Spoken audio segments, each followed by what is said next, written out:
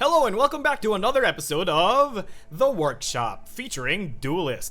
Now, in the last video, I did say that I would end my recording session, but then I decided to, let's keep going. One more game.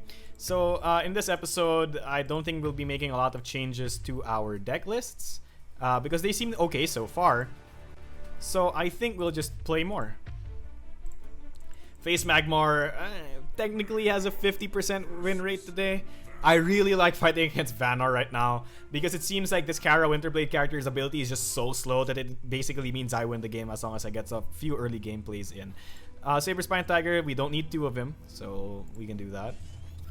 Okay, so in this starting hand, we can easily mulligan out the Primus Fist because, because it does nothing on this turn. And what I'm planning to do is summon a Flameblood Warlock here or here, doesn't matter where. So that next turn I can summon a Primus Fist and trade with whatever thing he summons. Otherwise, I will just summon my Void Hunter.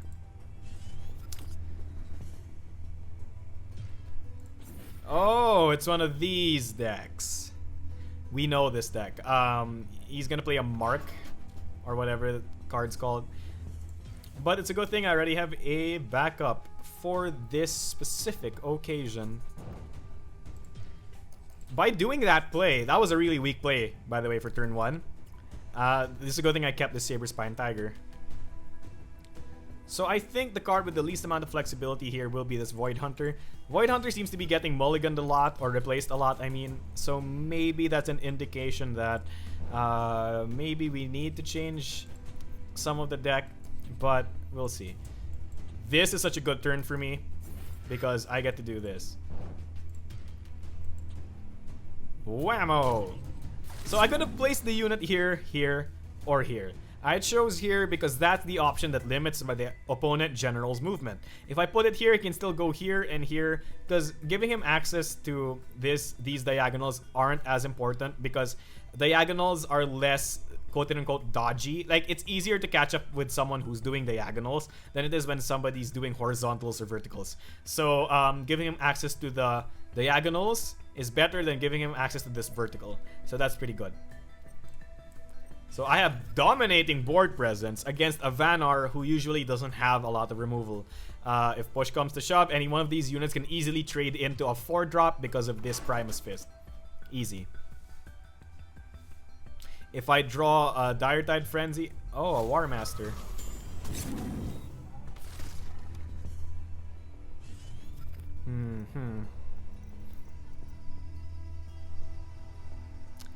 I can silence that, but I don't think that's that useful.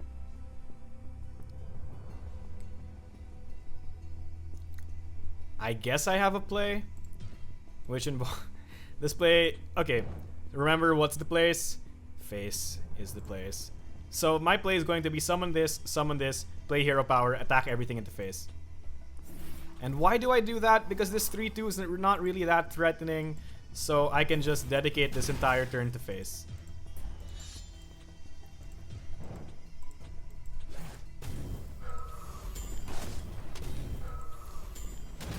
And he's down to 9 health. Yeah.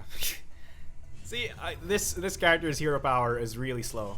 So even if next turn he does play the Kinetic Surge into a 4-drop, I have so many early game units that it'll just wreck him. I really like playing aggro decks, especially when climbing the ladder. Oh, he's playing it. Let's see how well that'll do. Sorry again for the dogs, you probably heard that. If you didn't, then good job on my mic, because it has noise cancelling properties. So it's likely that the provoke unit's gonna drop.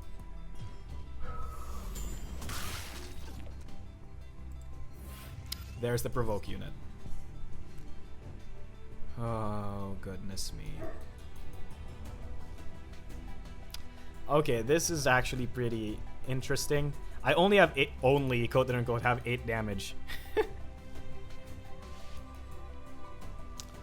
So basically, if I draw into any 3-drop that allows me to deal damage to him, I win. And I win. So this is 3, 3, 8 plus 2. So I just have to silence this guy. And I have to make sure that I don't mess up.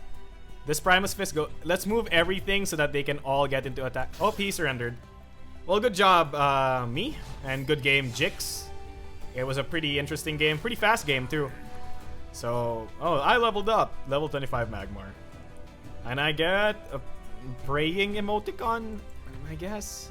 I guess it means, like, you're hoping that they don't have the thing. But yeah. That was a pretty good game. Again, the strategy went into... It seems that every time I fight against a Kara Winterblade, they just end up being too slow. And I think I'm very interested in finding out how Fey Bloodwings, the other Vanor General, do against me. But we'll see. Oh! Okay, so I've been really interested in making a deck around this General. So we'll see how my deck does against this deck. I have a strange feeling, though, that my deck's going to be a bit bad against this deck, but we'll see. Knowing that he gets to summon Heartseekers, this is going to be really good. This is really good. This is really good. This is really good. So, this Void Hunter is the weakest link yet again. Okay, so it seems to be that Void Hunters are getting replaced a lot. Like, really a lot. Because Blaze Hounds just seem to be superior to them. Ooh. But we'll see. This hero ability is so... Oh, look at that walk animation. Okay, that summoning animation is weird. Like, who poses like that? A Blood Tier Alchemist. That's an interesting play. Well, I know what my play is gonna be. Akari Headhunters just pressure the opponent so much. It's so good. And I even get the benefit of healing myself. So again, this prevents my opponent from walking into the center, which is really good. Do I want to replace any of these cards? Okay, this faction is not necessarily known for having big creatures.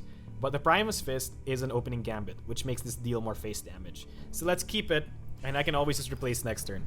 Having 2 Saber Spine Tigers is pretty good. Oh, by the way, just some trivia. Saber Spine Tiger and Songhai has a card called Saber Spine Seal, which is slightly based on the Saber Spine Tiger because that card gives a unit plus 3 attack. So, and this deals 3 damage. It's pretty cool. It's pretty cool. It's pretty cool. Oh, again with the flickering shadows. I don't know why the shadows are flickering. I'm not even running this on browser. I'm running it on the client. So now my opponent gains access to 4 mana this turn. It's not that bad. He'll probably miss Dragon Seal. He'll miss Dragon Seal into this. See what I mean by, like, this card just pressures the opponent so much to remove it. Oh no, don't tell me he has Inner Focus. Oh, please don't tell me he has Inner Focus. Oh, thank goodness. Okay. Actually, I think... Oh, yeah, I have a really good play. So, we might want to get rid of one of the Saber Spine Tigers because they're not going to be useful, and I kind of want to get my later drops. That's not one of my later drops. Thanks, game. Anyway, 420 Blaze it. What? Oh, yeah, because this card lets me draw a card. Anyway, my mistake. And then we'd put this onto this, and this freely trades into that. That's pretty good. Note, even if this is technically backstab position, I attack first, and backstab basically reads you don't get counterattacked. So, if I already attacked you, that's not a counterattack, so it doesn't count. Void Hunter, I want to like you, but you seem to not be doing your work. You're not pulling your weight, man. Blaze Hound's better than you. I don't know. So he has access to his hero power now. Arcane Heart. Oh, I get it. Heartseekers. Interesting. So next turn, my play is either 2-drop, 3-drop, 2-drop, 2-drop power. That's it. Likely 2-drop, 2-drop power. Because, you know, face. So he's retreating, which is expected because I have board control.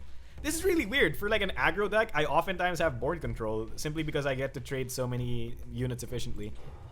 A black locust. Okay. This card goes out of control. Okay, so now that I know that he has a Black Locust, I know Black Locust is not a good card. Not at all. This basically tells me that I should just go buck wild on this guy. We gotta remove the Flying Locust, the Black Locust, because if I ever let him go out of control, it's gonna be a lost cause. So we buff our units to deal face damage. So now that this is only temporary, it's kind of a nerf buff, because now that it's only temporary, it technically doesn't matter who you buff. Because usually I'd wanna buff like the bigger minion or something. Not in this case, by the way, because you want to spread your power as much as possible. But like this basically means it gives it more versatility of positioning, because instead of like, you know, being worried about which minion will maintain that +2 attack, you just go like, oh, okay, for this one turn this guy can have the +2 attack, because essentially whether I buff this one or this one, it would have dealt the same amount of damage to his face, which was my goal. Okay, so Void Hunter, here you are again, and I'm thinking to myself, I want another unit instead.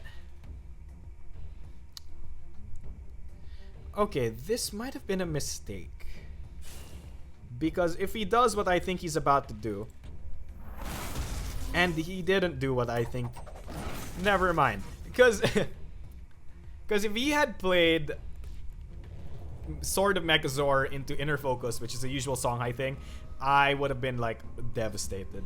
But he didn't do that, so good job on me, I guess. Flame Blood Warlock or Void Hunter. Actually, all of these cards are okay, so let's not replace them. Let's play Void Hunter here. Let's play Young Slithar here. Why? It's easier to remove the Void Hunter, so it gives him access to the diagonal.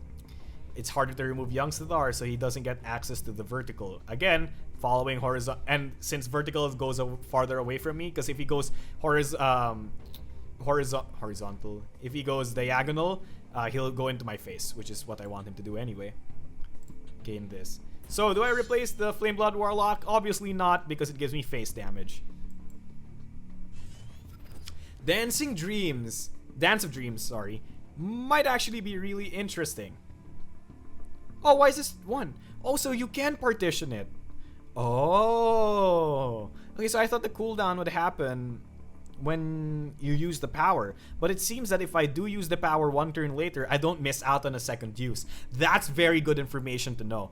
That basically means that I actually played that entire series right, because I was wondering whether or not to play the Saber Spine that turn because I would miss out on an overload. But it seems like I don't actually miss out on an overload.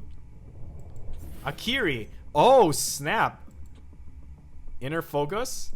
Inner Focus. Buff and Inner Focus.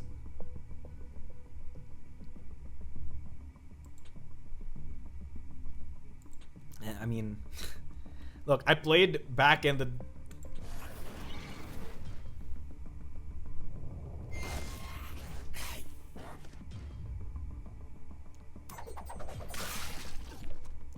I played the old Duelyst meta, wherein like combos like this were like really hard to pull off and all that stuff. Oh, that Void... Okay, so Void Hunters are actually pulling their weight. Fine, fine, fine. Well... yeah, I don't think playing this is really that important right now.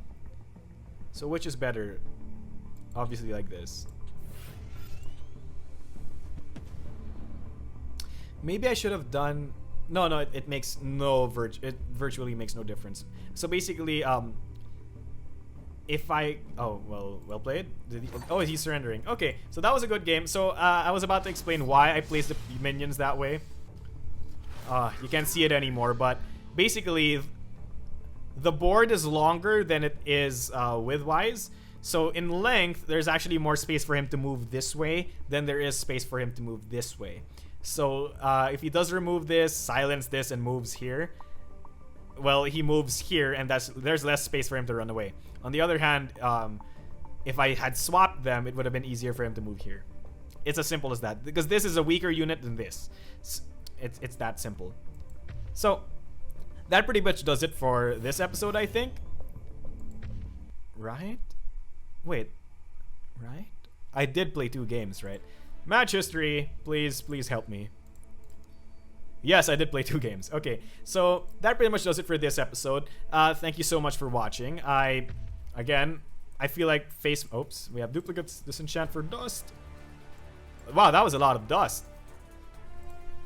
Anyway, so the deck seems to be doing really well. I was thinking that Void Hunters were really bad, but I guess having weaker Blaze Hounds is okay if your deck runs out of fuel fast. So that wasn't a bad game. Those weren't bad games. Sadly, I didn't get into a win streak because, again, it takes 3 wins to get into a win streak. Win streak? Regardless, hope you guys like the content. Again, if you guys have any comments or suggestions, do put them in the description. Do put them in the comment section down below because I will listen. Aside from that, there's not much else to say. Thank you and good night.